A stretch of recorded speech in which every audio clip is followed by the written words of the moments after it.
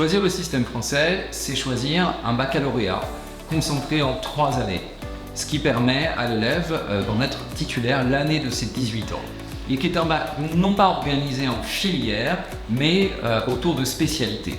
Ce qui est plus favorable aux élèves dans la mesure où ils choisissent 3 spécialités en fonction de leurs affinités. Donc c'est un bac que l'on obtient à 18 ans et qui est plus adapté au profil des élèves. Choisir le système français, c'est également offrir la possibilité à son enfant de rejoindre la plateforme Parcoursup, qui est la plateforme d'affectation dans l'enseignement supérieur français.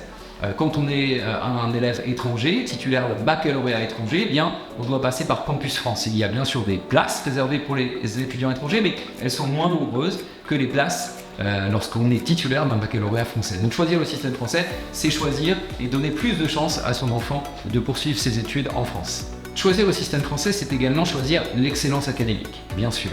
Mais, et c'est peut-être ce qui nous distingue d'autres systèmes éducatifs, c'est également choisir le bien-être des élèves.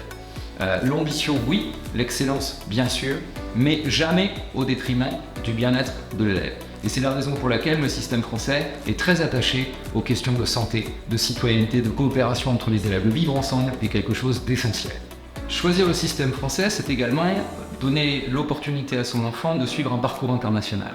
Dans la plupart des établissements français à l'étranger, c'est le cas à Simone de Beauvoir, nos élèves apprennent 4 langues. Le français, bien sûr, mais également l'anglais, l'espagnol et l'arabe.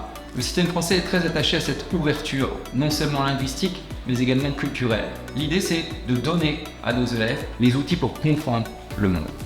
Enfin, choisir le système français, c'est donner à son enfant la possibilité de cultiver son esprit d'initiative. C'est ce qu'on fait par exemple cette année en classe de 4e avec un projet de junior entreprise. C'est donner à son enfant la possibilité de cultiver son autonomie.